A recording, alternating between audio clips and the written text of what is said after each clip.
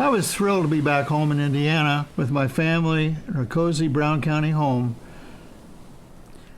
I was excited to return to Butler University the fall semester and add my fresh African experience to my lectures.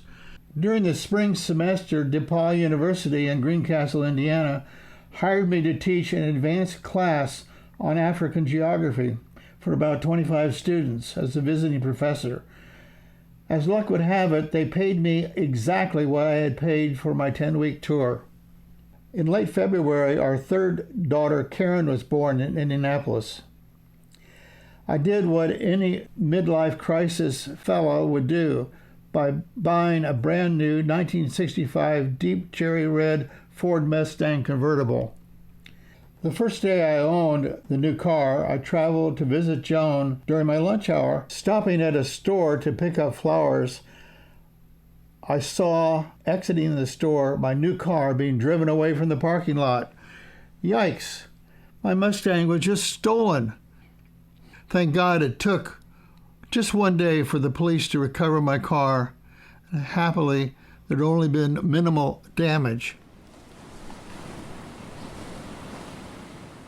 The following year, we decided to move to an extremely unique six-sided two-story home that featured a first living level made of layers of reddish-brown local sandstone. This beautiful home was sited on 5 acres overlooking the wide valley of Greasy Creek. Yeah, I said Greasy Creek. How about that for Brown County? This was the time my family started vegetable gardening, and I also took oil painting classes from Joe Trover in Bean Blossom and Kay Poole of Artist Drive in the local town of Nashville. In the fall, tourists from multiple states traveled to Nashville area to enjoy Brown County State Park, the largest park in Indiana. What the park featured were beautiful, radiant fall colors, a picture-perfect place. I sold many of my oil paintings adjacent to a downtown Nashville sidewalk. What helped my sales was the fact that I actually painted while tourists looked on.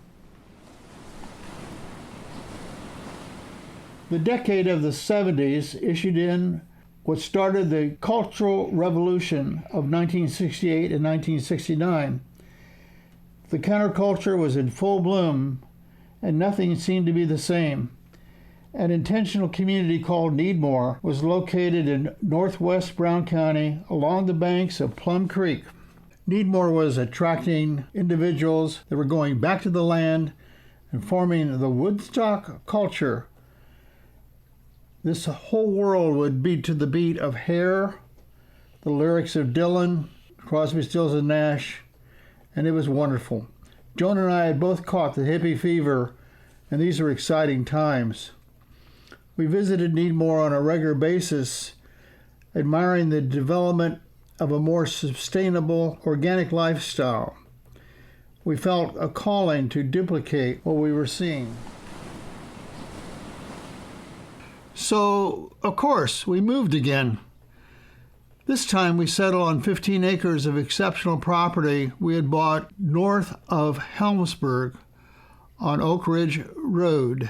We had a brightwater pond of over an acre in size, space for a large garden, room for hen houses and dairy goat barns. We also had several maple sugar trees in the front yard for tapping maple syrup. Life was fun at our new homestead. We had acquired 2 milking does named Rosie and Sunflower and immediately found out how much we loved the fresh goat milk. We even ordered a large box of ladybugs to protect our garden. Our farm became known as Ladybug Farm. We bought a single hive of honeybees to produce tulip poplar honey.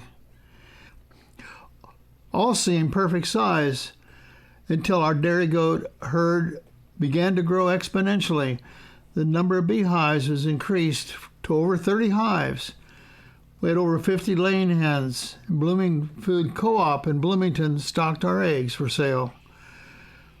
When we were setting up additional hives, we transported many hives via pickup truck.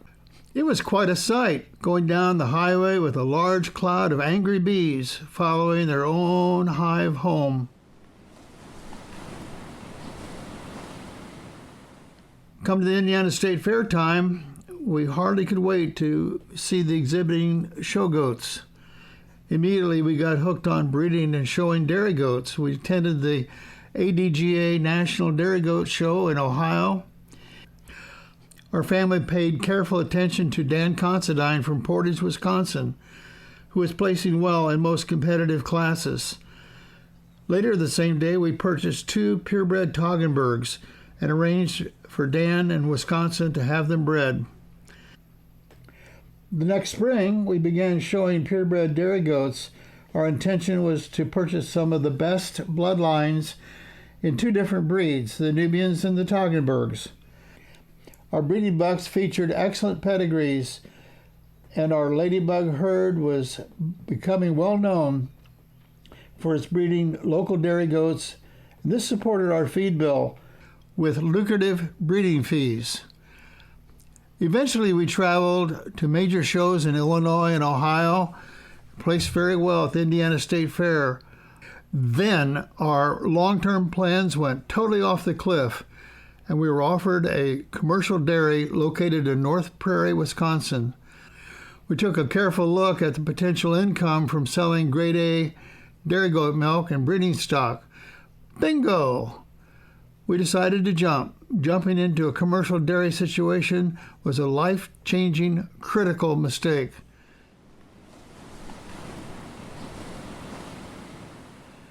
As a safeguard to our future, I simply took an unpaid year of leave from my teaching duties at Butler University, telling the university I intended to enroll at the University of Wisconsin School of Geography. We did not realize it at the time, but we had just bought a disaster.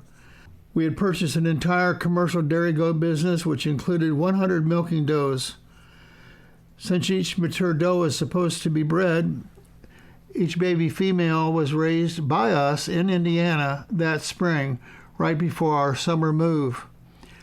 As we relocated that summer to Wisconsin, we hired our friend Bill and Yossi to do the morning milking.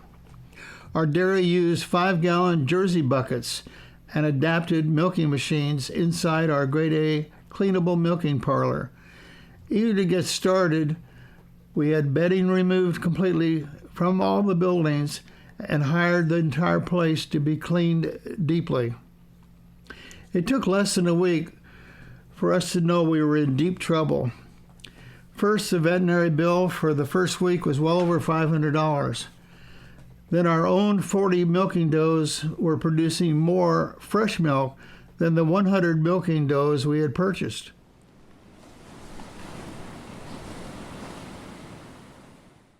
We now calculated our loss at about $100 a day. Several of our own milking does from our original herd began to die. We knew we were in deep trouble. We did sell several alpine does to Canada and made a trip of over 3,000 miles to deliver those goats. It was amazing to see the 300-pound wooden box, complete with air holes, fitted on top of our Chevy Suburban passenger van. That means it's over 1,000 pounds of weight on top of the car. We could have set records in terms of the greatest fatality ever of goats killing people if the entire roof had collapsed. We resecured the entire box with large chrome chains that went through the windows and over the heads of my daughters. I wish I could say that the trip went smoothly, but 2 engine starters later, 1 exhaust system, that didn't qualify for a quality trip. We did enjoy Wild Canada. It has supreme beauty, particularly in the Peace River area, looking down from a grass meadow about 300 feet above that famous stream. We finally got back after this exhausting trip with goats on the roof of a car. We had bought 15 acres in the beautiful sand counties of central Wisconsin, made famous by the naturalist Aldo Leopold in his famous book, The Sand County Almanac.